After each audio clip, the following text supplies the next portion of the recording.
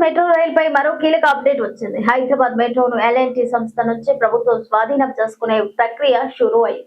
ఇటీవల కేబినెట్ సమావేశంలో కూడా ఎల్ఎన్టీ నుంచి స్వాధీనం చేసుకునేందుకు ఆమోద ముద్ర వేసింది. హైదరాబాద్ మెట్రో రైలుపై మరో కీలక అప్డేట్ వచ్చింది. హైదరాబాద్ మెట్రోను ఎల్ఎన్టీ సంస్థ నుంచి ప్రభుత్వ స్వాధీనం చేసుకునే ప్రక్రియ షురూ అయింది. ఇటీవల కేబినెట్ సమావేశంలో కూడా ఎల్ఎన్టీ నుంచి స్వాధీనం చేసేందుకు ఆమోద ముద్ర వేసింది. దీంతో స్వాధీన ప్రక్రియ మరింత వేగవంతమైంది. ఎప్పటి నుంచో స్వాధీన ప్రక్రియ జరుగుతుండగా ఇప్పుడు దీని పనులు మరింత వేగవంతమయ్యాయి.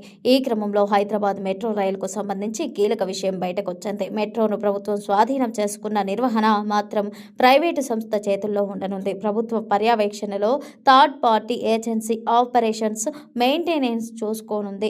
ఇందుకు సంబంధించి కీలక సమాచారం బయటకొచ్చింది. వాటి వివరాలేంటో తెలుసుకుందాం.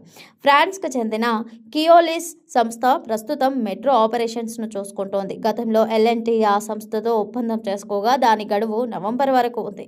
దీంతో నవంబర్ వరకు కియోలిస్ సంస్థ చేతుల్లోనే మెట్రో నిర్వహణ ఉండనుండగా ఆ తర్వాత ప్రభుత్వం నేరుగా నిర్వహణను చూసుకోవడం సాధ్యం కాదు.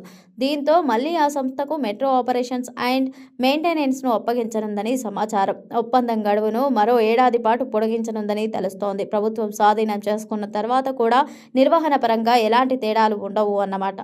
ప్రభుత్వం ఆధ్వర్యంలో థర్డ్ పార్టీ ఏజెన్సీ నిర్వహణ బాధ్యతలు చూసుకుంటోందని మెట్రో వర్గాలు చెబుతున్నాయి. ప్రభుత్వం ఎల్ఎన్టీ హైదరాబాద్ మెట్రో రైలు లిమిటెడ్ యాజమాన్యంతో ఉంది.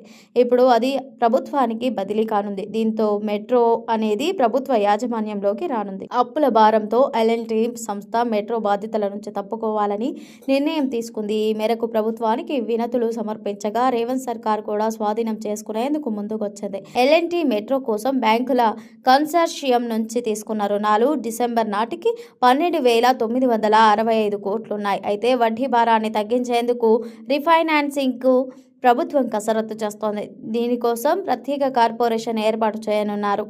ఇప్పటికే ఇండియన్ రైల్వే ఫైనాన్స్ కార్పొరేషన్ రుణాలను మంజూరు చేసేందుకు ముందుకొచ్చింది. త్వరలోనే ఈ రుణం ప్రభుత్వానికి అందనుంది. రానున్న కొద్ది నెలల్లో స్వాధీన ప్రక్రియ పూర్తి చేయాలని ప్రభుత్వం డెడ్లైన్ విధించింది.